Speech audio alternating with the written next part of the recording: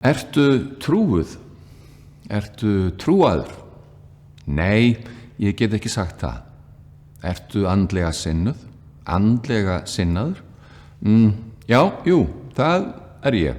Ég held ég trúi á æðri mátt og hef stundum áhuga á andlegum málefnum sem höfða til mín.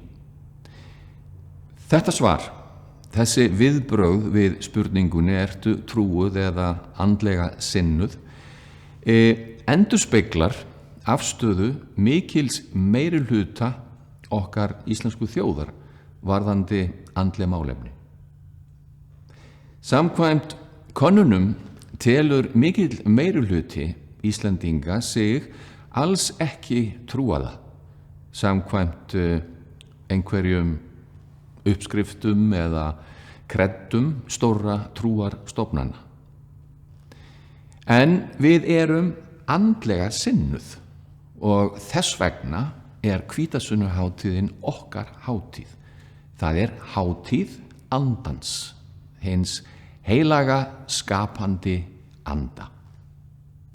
Ég hef aldrei verið sáttur við það þegar að prestar segja að hvítasunnudagur sé stofndagur kirkjunnar. Með slíkri fullyrðingu er gefið í skyn að kirkja Krists sé einhvers konar ein stofnun, nokkuð sem hún má aldrei verða, og að á henni fyrstu kristnu hvítasunnu hafi menn komið sér saman með skipulegum hætti og komið á fót stofnun, gert samþykktir, fært í bækur og jafnvel fengið sér vindil og konjak á eftir. En það er svo langt frá því sem í raun gerðist. Lærisveinarnir fylltust heilugum anda. Það sem gerðist á fyrsta hvítasunnudegi var stórfurðulegt. Menn voru furðu lostnir. Það sem gerðist verður ekki fyllilega útskýrt með orðum. Það var í eðli sínu mjög ófyrirsjáanlegt, dulmagnað. Kirkjan hefur átt í erfiðleikum með og verið feimin við að útskýra og túlka þennan atburð. Þó er hið dulmagnaða ómissandi þáttur í kristinni trú. Án þess dulmagnaða og óvænta verður kirkjan lífvana, leiðinleg og innan tóm. Innan kirkjustofnunarinnar hefur heilagur andi reyndar löngum verið vandræða viðfangsefni. Það eru ýmsar ástæður fyrir því.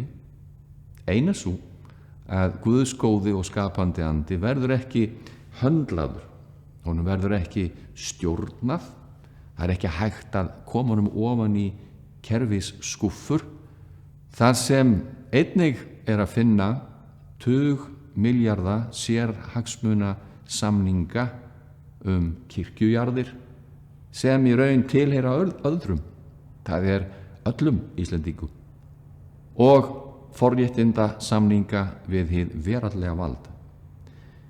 Þar finnur heilagur andi sig ekki heima. Hann er þess eðlis að hann fer þangað sem hann vill. Hann blæs þar sem hann vill. Hann verður ekki bundinn við einn eða neinn lögaðila eða félag. Hann forðast alla þá sem telja sig hafa höndlað sig eða telja sig hafa einkarétt á sér. Hann tala við þann sem honum sjálfum þóknast, með þeim hætti, með því formi sem honum hentar.